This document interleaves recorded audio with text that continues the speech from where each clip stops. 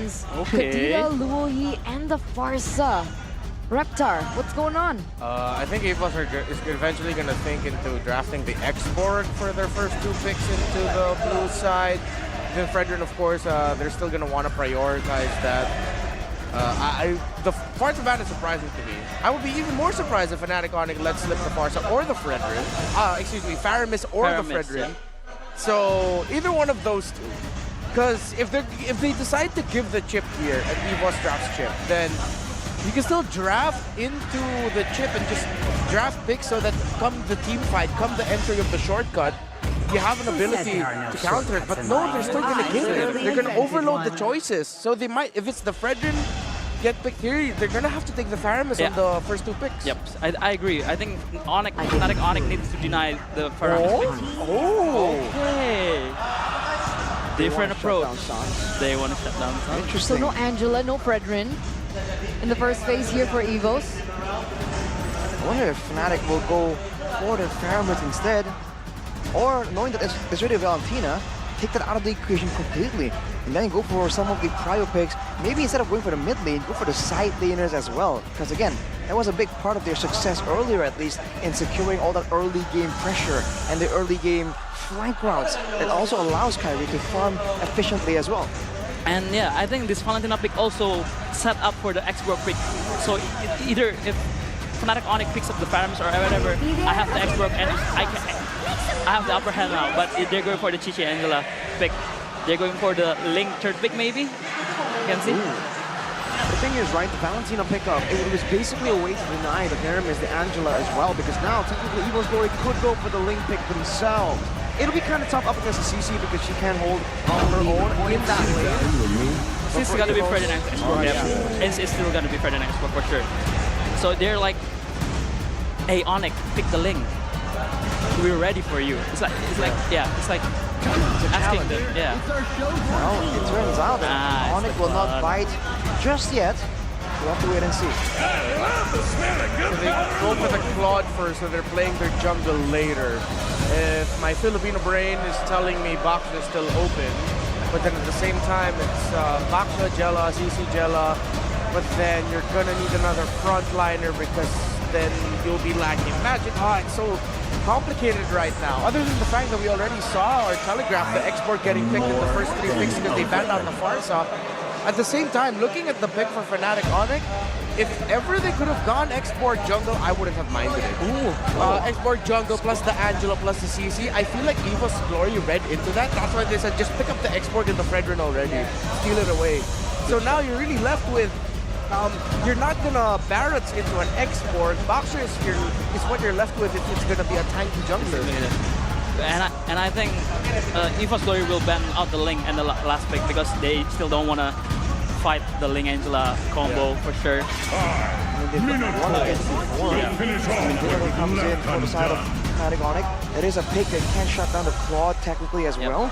And from the looks of it, it's going to be an all-out dive. So the Youth Song is something that's in the consideration. Because the Edith is the ban that Evos will go for. They are challenging Onyx to pick the Link here. For sure, they're challenging, hey Kairi, pick the Link. We are ready for you. That Eve ban, basically, they're doubling down on the challenge. Fnatic Onyx did not bite, but now they are forced to answer. Will the Link be picked? Will Fnatic Onyx answer the challenge of the mortals? I'd be scared for a Link. So yeah, so it has to be a Baksha. You're gonna have to play the safe route here. So they already have their frontliners in the Baksha and the CC. Your CC is your main frontliner alongside the Angela. You still need magic damage. That's what hurts. There's a little bit of magic damage from Baksha, but it's not going to be enough. Is this Kairi Kaja for Evos Glory? Ooh! I like it. Yeah? Dream signature, right? We were Signature. talking about how Tigreal Minotaur has been the way to go for Dreams. This tournament, they're one-dimensional. They played that way, but this series, they brought up the old Dreams. Kaja, Franco. Remember, he used to be known as only Kaja, only Franco. This honestly reminds me of Rebellion, to be honest. Right, the Kaja and the Carry, the Franco band, these are all very Audi TZ-esque. But we're seeing it in the hands of Evos Glory. Now, final pick for Fnatic Onyx. I'm going to give it to you again. Coach Aldo, prediction. Oh, It's a word, yeah.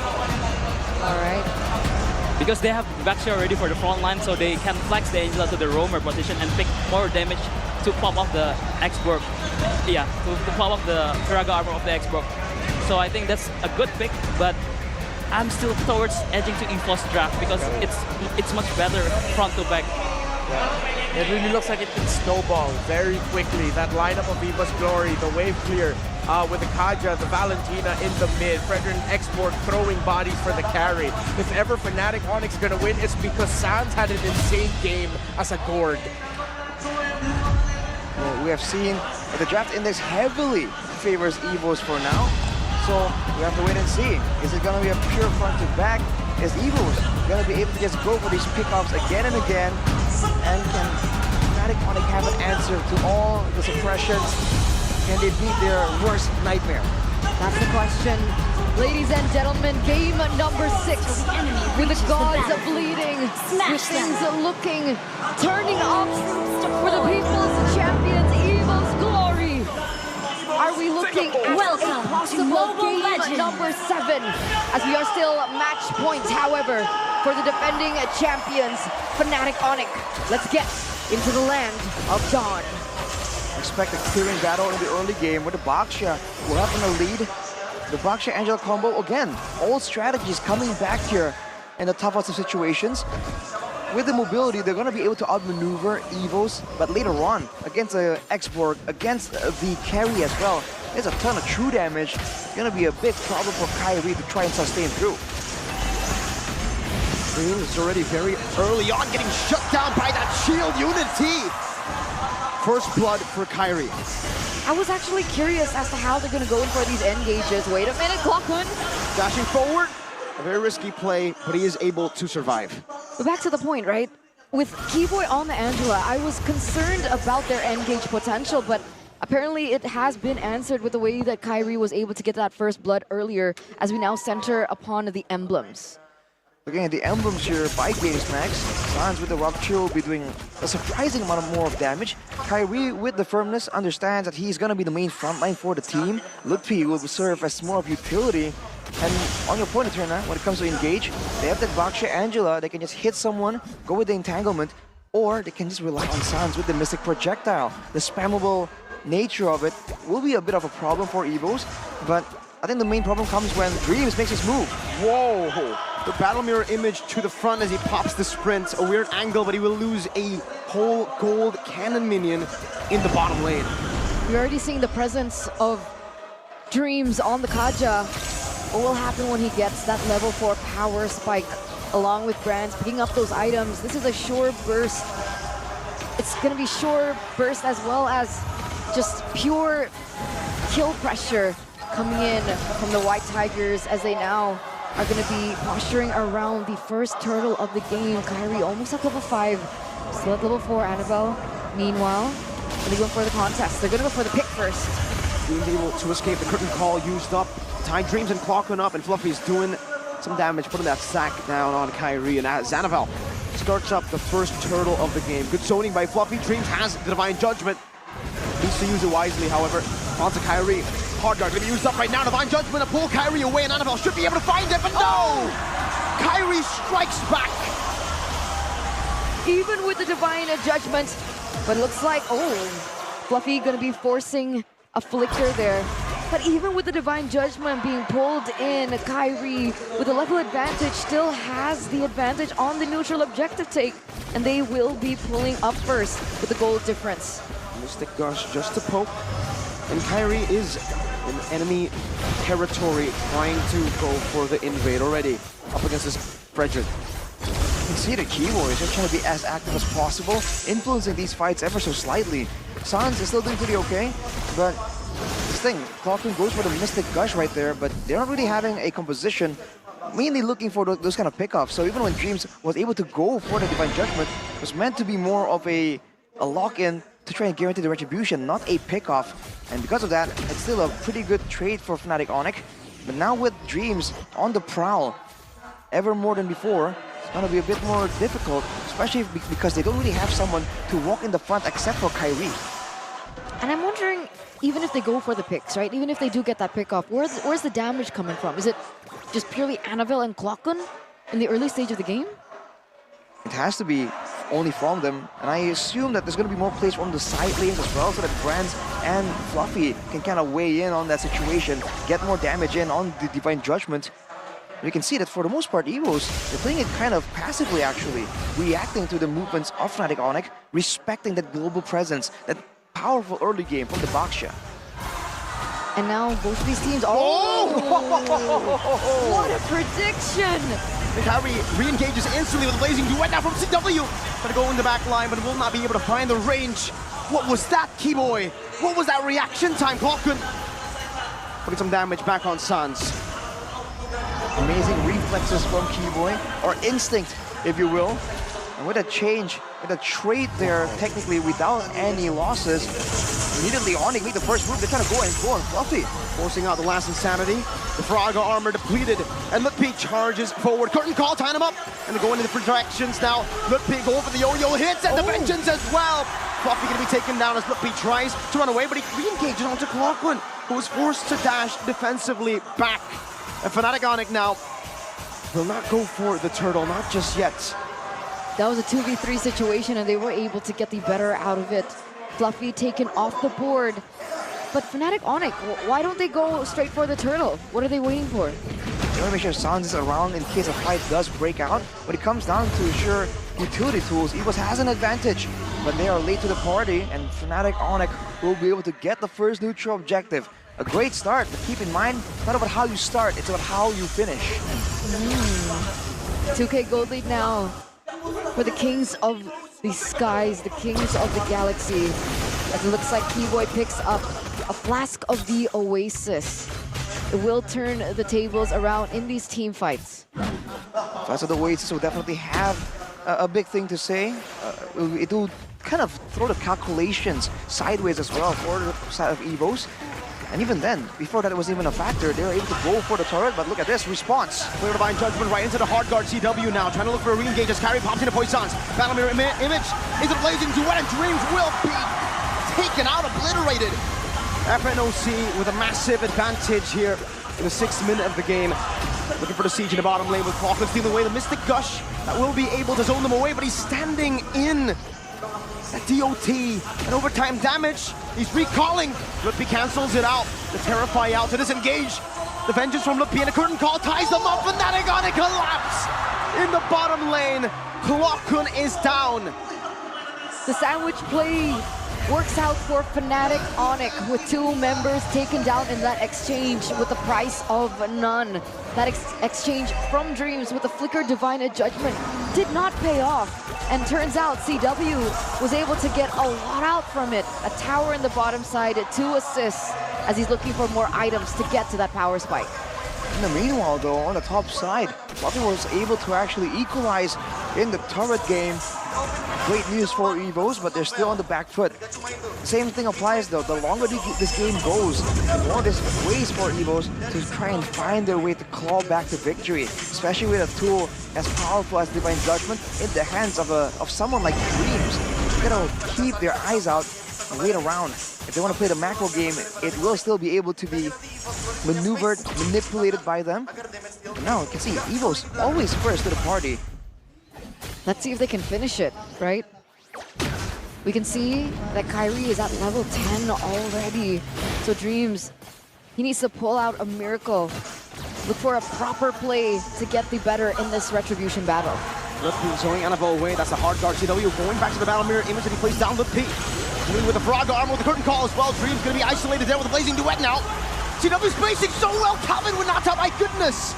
Dreams wasn't able to utilize the Divine Judgment. Did you see that spacing? Oh my lord. Beautiful spacing for sure.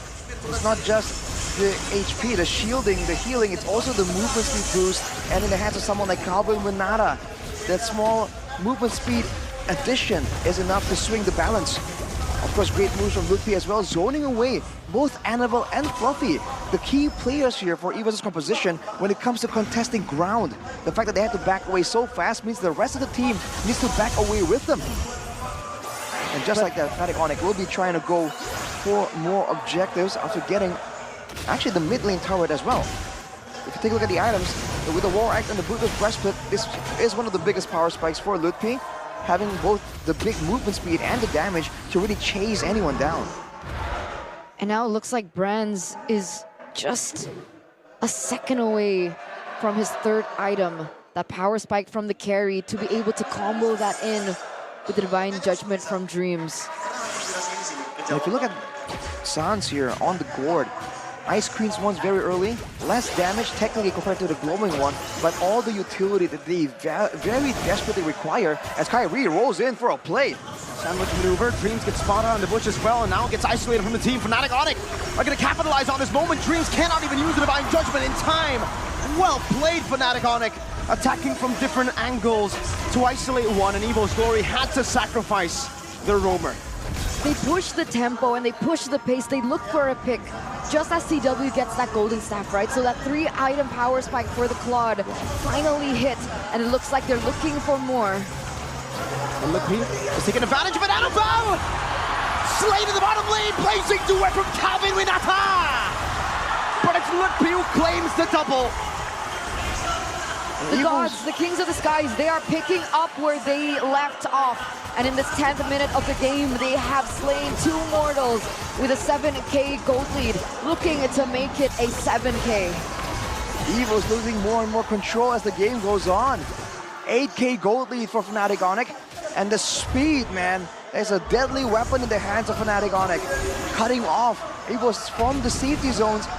Doesn't matter if you have a suppression, a Divine Judgment, when there's no safe area, there's no team to pull the victim to. With Fnatic Onic arriving behind them. They've been so good at taking that kill pressure away.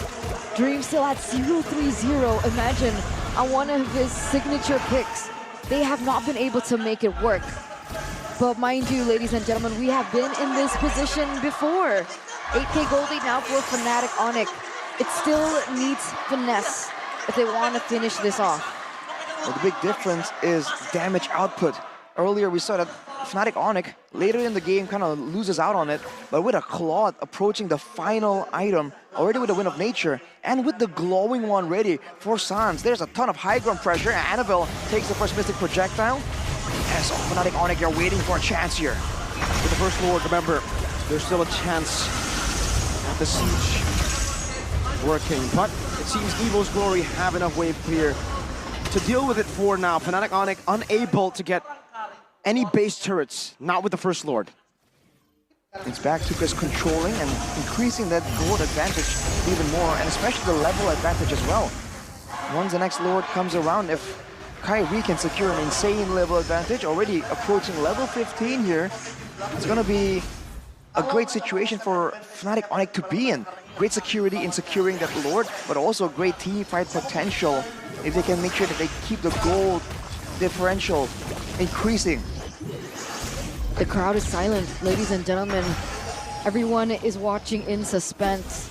Evos fans, their eyes are locked onto the big screen as they are antsy, they're frantic in suspense of what will come next. Dreams gets engaged on Mystic Gush, not able to take him down right now. Last Insanity to the backline as he gets caught by the curtain call, but he uses the second part of that Last Insanity to still escape. And it's all Fnatic Onic. Evos have only been able to react. And it's a great situation, especially from Fnatic Onic, because they can just keep going for plays like this. They trade half their HP bars, but Keyboy, the health dispenser, is literally there. Just top everyone up for a rinse and repeat. So even, especially in those neutral objective fights that Evos Glory have always been so solid, so good in, they're losing out in ways to just outplay Fnatic Onic. But now it looks like Evos are up to something here. They're trying to control their orange buff. And remember, if Keyboy goes in for a split, Evos might go for the launch, but it also could be a trap. So it's just the mind games, the chess match in the game that is happening between both of these teams so far. But you can see that Fnatic Onic, they have their eyes on the prize. They have that Lord as their next moment. I think right now for Evos Glory, the CC ultimate also plays a big role here. It just exacerbates the damage output from the side of Fnatic Onyx, and it also locks in the two heroes that want to go in and out, hide in and out of danger, forcing them to stick around, to be gunned down by CW, to be melted down by Sans. The next objective falling into their hands with a Holy Crystal in the hands of Keyboy. I think Onyx are prepping for a massive play to seal the deal. And Evos, they secure some utility. Clockun with the Winter, can they find a big play, a big opportunity to save this game? Match point Evos. It might be the end to their run. And Fnatic Onyx know full well how to utilize it. Shield unity into the front, Fluffy, no Viraga armor, Brazer's Wrath, only do some damage, coming without on the blade into round to Clockun, forcing the Winter Truncheon and forcing Clockun back, but somehow Evos Glory have still been able to hold on their base. Their structure ruined, Calvin Winata again with a Battle Mirror image escaping from the Divine Judgment, but is yet to be able to catch him. Fluffy again losing the Viraga armor this time, having to run all the way back. One base turret remaining for Evos Glory for their chase to glory. Two waves can be cleared out by Evos. Mystic Gush from Sans. Two-man time for Anabal, but he gets shredded down by Lupe. And Brandt is forced to use the Blazing Duet as the hard guard comes through, and Drave still is unable to find a Divine Judgment. Lupe picks up a double. Calvin Winata buys the immortality just in time. And look at how they run down on Evos Glory. With the vengeance, Lupe takes Brandt out, and Fluffy cannot deal with him.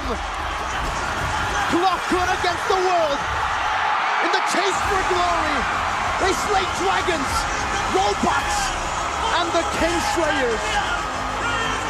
But today, they receive the grim reminder that they still live in fear of the Sky Kings.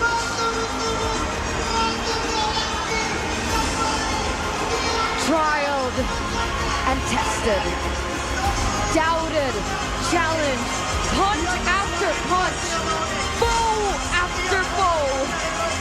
The Sky Kings continue their reign, and their reign is absolute.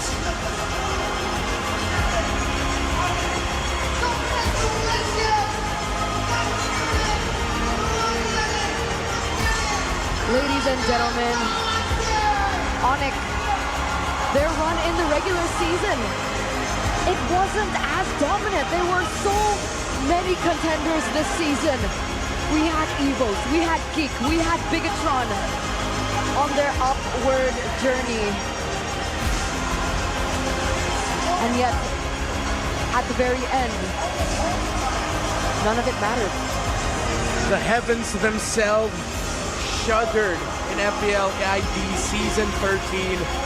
But at the end of the day, the gods looked down and the kingdom that they reigned over and said, "You are still mine." Undisputed, undeniable, the apple of my eye.